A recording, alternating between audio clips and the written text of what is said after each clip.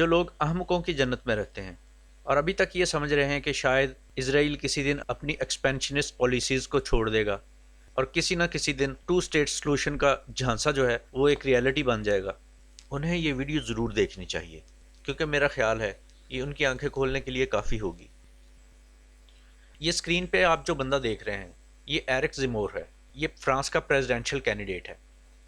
अब से कुछ अर्सा पहले तक फ्रांस में जो इंतहाई दाएं जानब की कुव्वतें हैं उनकी सबसे बड़ी लीडर मैरीन ले पेन थी, लेकिन अब ये ज़मर साहब जो हैं ये उसको भी काट गए हैं।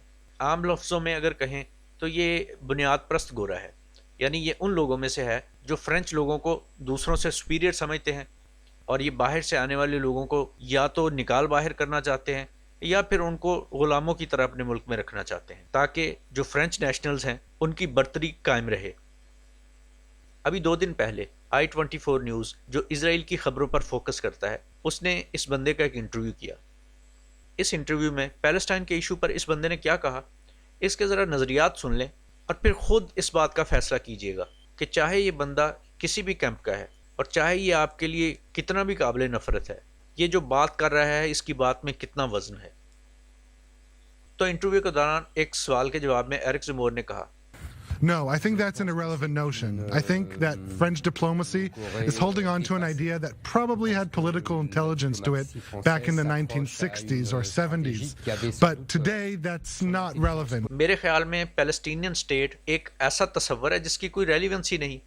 उसने मजीद ये कहा कि मेरा ख्याल है कि फ्रेंच डिप्लोमेसी जो है वो एक ऐसे आइडिया को लेकर चल रही है जो गालबन 1960s या 70s में तो कोई वैल्यू रखता था, यानी उसमें कोई वजन था, लेकिन अब वो इररेलेवेंट हो गया है। Simply because I think that the Palestinians have lost this battle and that there will probably never be a Palestinian state. और इररेलेवेंट क्यों हुआ है, इस बात की वजाहत करते हुए उसने कहा कि पैलेस्टीनियंस अपनी जंग हार चुके हैं और गालिब इम्कान ये है कि अब कभी भी कोई पैलेस्टीनियन स्टेट नहीं बनेगी।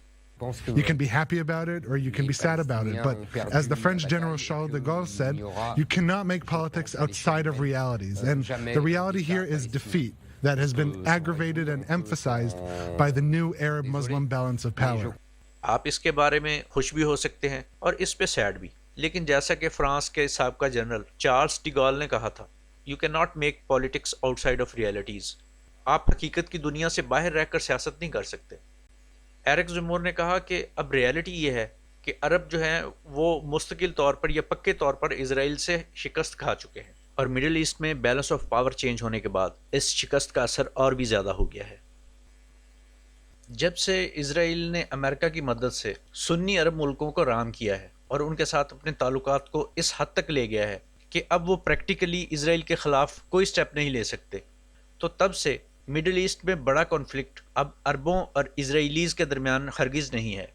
The big conflict in the Middle East is between the Sunnis and the Shiites. So, between the Shiite axis with Iran, Iraq, Syria, and Lebanon, and the Sunni countries like Saudi Arabia, Egypt, and Morocco, who are now allies of Israel.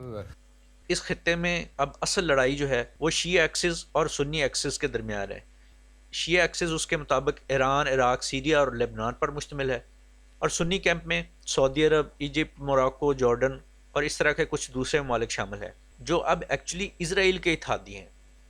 I think this is the new reality and that the Palestinian movement is done for and has never been able to overtake Israel.